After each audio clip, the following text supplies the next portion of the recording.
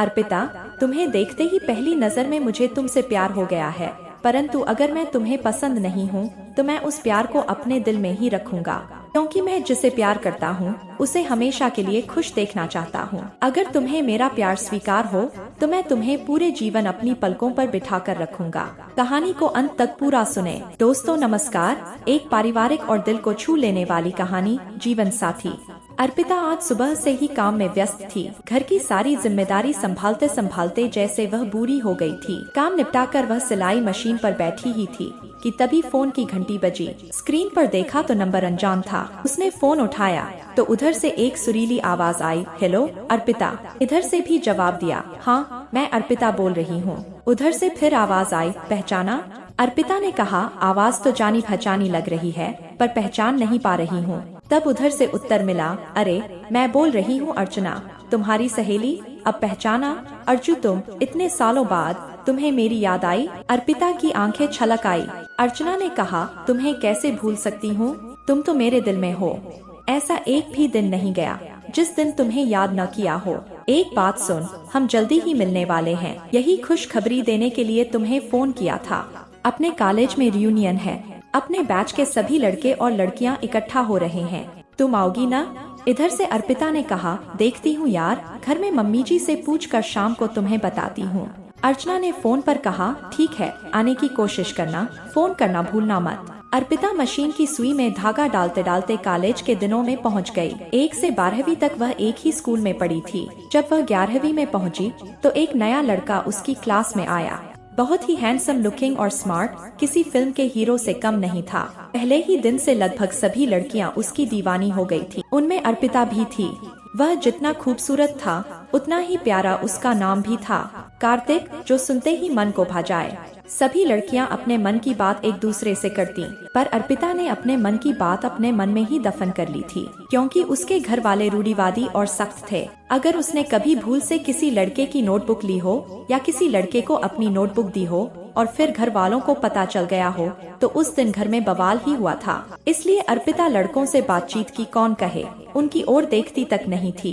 कार्तिक ने कुछ ही दिनों में अर्पिता को छोड़कर सभी लड़कियों को फ्रेंड बना लिया था, पर वह हमेशा अर्पिता की तरफ ही ताका करता था। कितनी सौम्य और सरल लड़की थी, टैलेंटेड भी उतनी ही थी, कम बोलने वाली, पर क्लास में जब कभी किसी सवाल का जवाब देती, मन करता उसकी मीठी आवाज सुनते ही रहें। कार्तिक सोचता कि काश एक बार वह उससे बात करे तो वह उसकी ओर दोस्ती का हाथ बढ़ाए, पर अर्पिता ने कभी भी उससे बात नहीं की। कार्तिक स्कूल पहुंचकर जब तक अर्पिता को देख नहीं लेता था उसके कलेजे को ठंडक नहीं पहुंचती थी। अर्पिता के मन की भी यही हालत थी, पर वह किसी से अपने मन की बात कह नहीं सकती थी। स्कूल का एनुअल फंक्शन था। कार्यक्रम की एंकरिंग लड़कियों की तरफ से अर्पिता तो लड़कों की ओर से कार्तिक कर रहा था। सबसे पहले मेहमानों का स्वागत हुआ। अर्पिता की मधुर आवाज, साथ ही माइक में बोलने का गजब का कॉन्फिडेंस, उसका एक एक वाक्य शायरी की तरह लगता था, जिस पर तालियों की गड़गड़ाहट गूंज उठती थी। बोलते बोलते अर्पिता और कार्तिक की आंखें मिल जाती, बिना कुछ बोले ही न जाने कितनी बातें हो जाती। अंदर के भाव आंखों में जैसे तैरते दिखाई देते। एनुअल फंक्शन का मेन अवार्ड और इस साल का बेस्ट स्टूडेंट घोषित करना था। जब शिक्षक श्री ने माइक हाथ में लिया तो वह नाम सुनने के लिए सभी के कान राह देखने लगे। तभी नाम की घोषणा हुई, इस साल के बेस्ट स्टूडेंट का अवार्ड अर्पिता शर्मा के नाम जाता है। अर्पिता तो खुशी से उछल ही पड़ी थी। उससे अधिक खुशी कार्तिक के चेहरे पर झलक रही थी। अर्पिता ने मम्मी पापा के साथ जाकर ट्रॉफी ले ली। वह दिन उसके लिए एक यादगार दिन था। वह स्टेज से उतरकर अपनी जगह पहुंची तो खुशी के मारे कार्तिक ने उससे हाथ मिलाते हुए उसे बधाई देने लगा। यह दृश्य अर्पिता के पापा ने देख लिया। यह देखकर वे सहम उठे, पर वहाँ वे कुछ नहीं बोले, चुपचाप अपनी जगह पर बैठे रहे। पहली बार हुआ स्पर्श अर्पिता के दिल को छू गया। ऐसा ही अनुभव कार्तिक को भी हुआ। एनुअल फंक्शन का कार्यक्रम बहुत अच्छी तरह समाप्त हुआ, पर दोनों के दिलों में प्यार ने जगह बना लिया। अर्पिता ने प्यार के पंख नहीं फूटने दिए। उसने अपने इस प्यार को दिल के एक कोने में छुपा दिया। कार्तिक ने 2-3 बार उससे बात करने की कोशिश की, पर वह बात नहीं कर सका। परीक्षा नजदीक थी, इसलिए वह पढ़ाई में व्यस्त हो गया। परीक्षा खत्म होते ही अचानक अर्पिता की सगाई और फिर जल्दी ही शादी भी कर दिया गया। अर्पिता से प्यार करने की बात कार्तिक ने अर्चना से बताई और उसे देने के लिए एक चिट्ठी भी दी। अर्चना जिस दिन चिट्ठी देने अर्पिता के घर पहुंची, उसी दिन उसका ब्याह था और बारात द्वार पर आ चुकी थी। अर्चना सीधे अर्पिता के कमरे में पहुंची और दरवाजा बंद करके बोली, अर्पिता, तुमने मुझे अपनी शादी में बुलाना तो दूर, बताया भी नहीं। बात बताने की कौन कहे, निमंत्रण तक नहीं दिया। आंखों में आंसू लिए अर्पिता बोली, क्या करूं यार, मेरे पापा के स्वभाव के बारे में तो तुम्हें पता ही है। मुझे घर से बाहर नहीं निकलने दिया गया। मुझे खुद भी नहीं मालूम कि पापा मेरी शादी इतनी जल्दी में क्यों कर रहे हैं। इतना कहकर अर्पिता अर्चना से लिपटकर रोने लगी। अर्पिता, मैं तुम्हारी पक्की सहेली हूँ। अपने दिल पर हाथ रख सच सच बताना कि क्या तुम कार्तिक से प्यार करती हो? अर्पिता भरे गले से बोली, हाँ करती थी। जिस दिन से देखा था उसी दिन से मैं उसे चाहने लगी थी, पर आज मैं उससे किए प्यार को अपने दिल में दफन कर रही हूँ। मेरे घर में प्यार शब्द का उच्चारण भी अपराध है। मेरे पापा के हाथ से जो लिखा जाएगा वही मेरी तकदीर होगी। कार्तिक ने तुम्हारे लिए यह चिट्ठी भेजी है। इसमें क्या लिखा है मुझे पता नहीं, तुम खुद पढ़ लेना। अर्पिता कहने लगी, कार्तिक के चिट्ठी भेजने का मतलब है कि वह भी मुझे पसंद करता था। हाँ अर्पिता, पूरे क्लास की लड़कियाँ उसके पीछे पागल थीं, पर वह तो तुम्हारे नाम का दीवाना था। पर अब क्या? सच है, वह मेरे नसीब में नहीं लिखा था। मेरा नसीब तो मुझे कहीं और ले जाना चाहता है। अब यह चिट्ठी लेकर क्या करूँगी?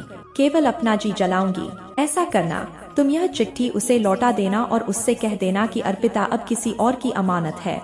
और आज का दिन अर्पिता रिक्शा से सफेद साड़ी पहने हुए उतरी। उसे देखते ही अर्चना ने दौड़कर उसे सीने से लगा लिया। पूरे 20 साल बाद दोनों सहेलियां मिल रही थीं। उनकी आंखें बरस पड़ी। बातें करते हुए दोनों हाल की ओर बढ़ी। पुराने दोस्त मिल रहे थे। सभी एक दूसरे से सुख दुख की बातें कर रहे थे। दोनों एक जगह किनारे की कुर्सियों पर बैठ गयीं। तभी अनाउंसमेंट हुआ कि अर्पिता जहां भी हो वहां से एंकरिंग करने के लिए स्टेज पर आ जाएं। अर्पिता ने कहा, अर्चना यार तू मना कर दे, मैं एंकरिंग नहीं कर पाऊंगी। अर्चना कहने लगी, अरे तुम जाओ तो सही, अपने भीतर का कौशल कभी मरने नहीं देना चाहिए। तुम एक बार फिर उसे जीवंत करके दिखा दो और सबको बता दो कि आज भी तुम वही अर्पिता शर्मा हो। अर्पिता उठकर स्टेज की ओर बढ़ी ही थी कि तभी कार्तिक के नाम का अनाउंसमेंट हुआ। अर्पिता का दिल जोर से धड़क उठा। इतने सालों बाद कैसा लगता होगा वह। उसने अपना स्थान जाकर ग्रहण कर लिया, पर कार्तिक अभी भी नहीं आया था। उसने प्रोग्राम की शुरुआत की ही थी कि हाल में एक सुंदर नवयुवक का प्रवेश हुआ। सभी लड़कियां, जो अब महिला बन चुकी थीं, सबकी नजरें उसी पर जा टिकी। वह नवयुवक जल्दी से जाकर अपना स्थान संभाल लिया। अर्पिता और कार्तिक की आंखें आपस में मिली, पर अर्पिता ने अपनी नजरें झुका ली। प्रोग्राम की शुरुआत हो गई। अर्पिता की आवाज में आज भी वही मधुरता और खनक थी। जिन्होंने इस प्रोग्राम का आयोजन किया था, उन आयोजकों को फूलों का गुलदस्ता देकर स्वागत किया गया। इसके बाद आयोजन के अनुसार प्रोग्राम आगे बढ़ा। सभी के चेहरे पर खुशी समा नहीं रही थी। इनमें से तमाम तो कपल थे। अब पार्टी की शुरुआत हो गई। अर्पिता और अर्चना अन्य सहेलियों के साथ बातों में व्यस्त हो गयीं। कार्तिक भी वहीं आकर खड़ा हो गया और बोला, अर्पिता, मेरी चिट्ठी का जवाब तो तुमने दिया नहीं, तो क्या आज एक दोस्त बनकर बात भी नहीं करोगी? उसको सामने खड़ा देख अर्पिता का दिल जोर जोर से धड़कने लगा। उस चिट्ठी को तो उसने चूड़ियों के डिब्बे में रख दी थी। डिब्बा पापा के घर पर ही रह गया था। इतने साल बीत गए, शायद अब वह वहाँ भी नहीं होगा। उसे एसी में भी पसीना आ गया। कार्तिक ने रुमाल देते हुए कहा, लो पसीना पोंछ लो, मैं तुम्हें कोई सजा नहीं दूंगा। चलो उधर उस टेबल पर बैठते हैं। वे दोनों एक जगह बैठ गए। कार्तिक ने कहा, अर्पिता, तुम्हारे जीवन के बारे में अर्चना ने मुझे सब बता दिया है। तुम मेरे जीवन के बारे में नहीं जानना चाहोगी? अर्पिता कहने लगी, जानना तो बहुत कुछ था, पर किस्मत का खेल तो देखो कहां से कहां ले जाता है। तुम्हारा सुखी संसार होगा, शायद एक दो बच्चे भी होंगे, और तुम स्मार्ट और हैंडसम हो तो तुम्हारी पत्नी भी सुंदर ही होगी। मेरा एक बेटा है अर्पित, लेकिन उसकी माँ अब इस दुनिया में नहीं है। यह कहते हुए कार्तिक की आंखें भर आईं। अर्पिता कहने लगी, जिंदगी भी रेल की पटरी जैसी है, कभी सीधी कहाँ चलती है। जिंदगी भी कितने मोड़ लेती है, तब पूरी होती है। कार्तिक ने कहा, सच बात कही तुमने। इस जिंदगी के मोड़ अंत तक समझ में ही नहीं आते। पहली बार अर्पिता ने कार्तिक से इतनी बात की थी। वह मन ही मन खुश था। अर्पिता भी खुश थी। दिल की बात कहने वाला उसे एक दोस्त जो मिल गया था। दोनों ने एक दूसरे के मोबाइल नंबर लिए और सब अपने अपने घर चले गए। अगले दिन अर्पिता के भाई और भाभी उसके घर आए। अर्पिता उन्हें देखकर खुश हो गई। उसकी भाभी के हाथ में एक चिट्ठी थी। उसने वह चिट्ठी अर्पिता को दी तो उसने उसे धड़कते दिल से खोला। उसकी स्याही फीकी पड़ गई थी। अर्पिता ने उसे पढ़ा। अर्पिता, तुम्हें देखते ही पहली नजर में मुझे तुमसे प्यार हो गया है, परंतु अगर मैं तुम्हें पसंद नहीं हूँ तो मैं उस प्यार को अपने दिल में ही रखूंगा, क्योंकि मैं जिसे प्यार करता हूँ उसे हमेशा के लिए खुश देखना चाहता हूँ। अगर तुम्हें मेरा प्यार स्वीकार हो तो मैं तुम्हें पूरे जीवन अपनी पलकों पर बिठा कर रखूंगा। तुम एक बार मुझसे मिलने जरूर आना, नहीं तो तुम्हारा प्यार मेरे दिल में कैद रहेगा। अर्पिता की आंखों में आंसू थे। उसकी भाभी ने कहा, इस चिट्ठी की स्याही फीकी जरूर पड़ गई है, पर कार्तिक के दिल में अभी यह प्यार धड़क रहा है। देखो न, इसीलिए तुम दोनों ने अपने बच्चों के नाम एक दूसरे के नाम पर रखे हैं। देखो अर्पिता, कुदरत ने तुम दोनों को एक जैसा दुख दिया है, तो तुम दोनों एक दूसरे का सहारा बनकर जी सकते हो। कीर्ति और अर्पित को माता पिता का प्यार मिलेगा। अभी तुम्हारी उम्र 35 साल है। अभी तुम्हें जीवन साथी की जरूरत है। अगर जीवन साथी के रूप में पुराना प्रेमी मिल रहा है तो इसमें गलत क्या है। सिद्धार्थ के भी तो अंतिम शब्द यही थे कि जो मेरी कीर्ति को प्यार करे, इस तरह का जीवन साथी खोज लेना। अपने लिए नहीं तो कीर्ति के लिए ही विवाह कर लो। सिद्धार्थ की याद तो तुम्हारे साथ हमेशा ही रहेगी। अर्पिता की सास ने कहा, बेटा, मेरी भी यही इच्छा है कि तुम्हारा घर धंस जाए, फिर मेरी जिंदगी का कोई भरोसा नहीं है बेटा। मैं तो पतझड़ के पत्ते की तरह हूँ। तुम कार्तिक को अपने जीवन में जगह दे दो। थोड़ा सोचकर अर्पिता बोली, मुझे कार्तिक स्वीकार है, लेकिन मेरी एक शर्त है, उसे मेरे साथ मेरी मम्मी को भी स्वीकार करना होगा। इस समय तो मैं ही उनकी बेटी और बेटा हूँ। उनकी देखभाल की जिम्मेदारी मेरी ही है। अगर उन्हें स्वीकार हो तो मैं तैयार हूँ। अगले दिन सवेरे ही कार्तिक और अर्चना सगाई की चुनरी लेकर आ गए। साथ में अर्पित को भी ले आए थे। कार्तिक अर्पिता की सास के पैर छूते हुए बोला, आज से आप मेरी माँ हैं। मैं आपको कभी दुखी नहीं होने दूंगा। अर्पिता की सास की आंखें छलक आईं। कार्तिक में उन्हें सिद्धार्थ का चेहरा दिखाई दिया।